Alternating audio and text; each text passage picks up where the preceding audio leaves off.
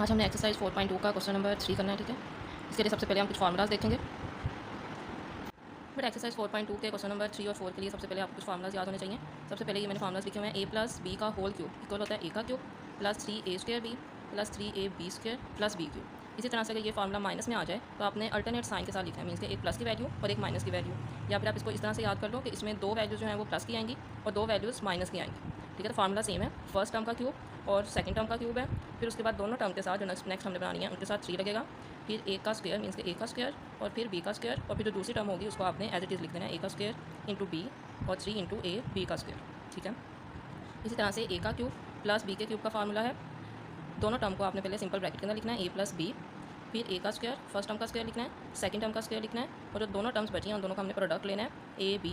और अगर प्लस का फार्मूला है तो ए बी के साथ माइनस आएगा, और अगर यही फार्मूला आपके पास माइनस का होगा तो आपने दोनों टर्म को पहले माइनस में लिखना है और बाकी सारा फार्मूला वही है, और ए बी के साथ आपने प्लस लगा देना है, ठीक है।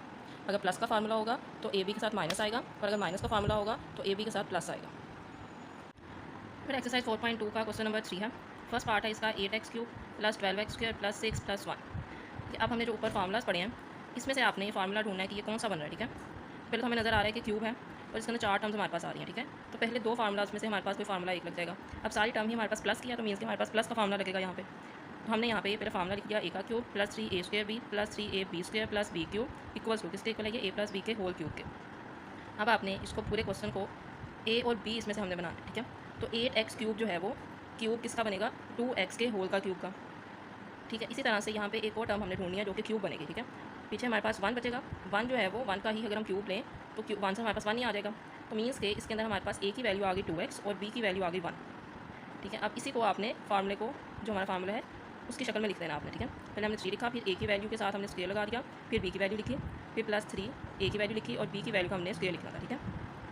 अब आपने इसको क्लोज कर देना, ठीक है। ये ए प्लस बी के होल क्यूब के अंदर क्लोज होगा, तो ए की वैल्यू 2x आ गई प्लस बी की वैल्यू 1 थी और इसका होल क्यूब, ये आपका आंसर आ जाएगा। इसी तरह से इसका फोर्थ पार्ट में लिखा है, इसके अंदर दो वैल्यूज हमारे पास प्लस की हैं और दो माइनस की हैं, तो मीन्स के इसके अंदर फार्मूला जो है वो माइनस का लगेगा। तो ये मैंने फार्मूला लिख दिया, ए का cube plus 3a² B minus 3ab² minus B cube equal होगा ए माइनस बी के क्यूब के। अब इसमें से भी हमने ए की वैल्यू फाइंड करनी है और बी की वैल्यू फाइंड करनी है, ठीक है। दोनों ही किसी ना किसी टर्म का क्यूब बनेगी, तो 8x³ जो है वो 2x का क्यूब बन जाएगी, और यहाँ पे कौन सी क्यूब वाली वैल्यू है हमारे पास -125y क्यूब है, ठीक है। तो -125 जो है वो 5y का क्यूब बन जाएगी।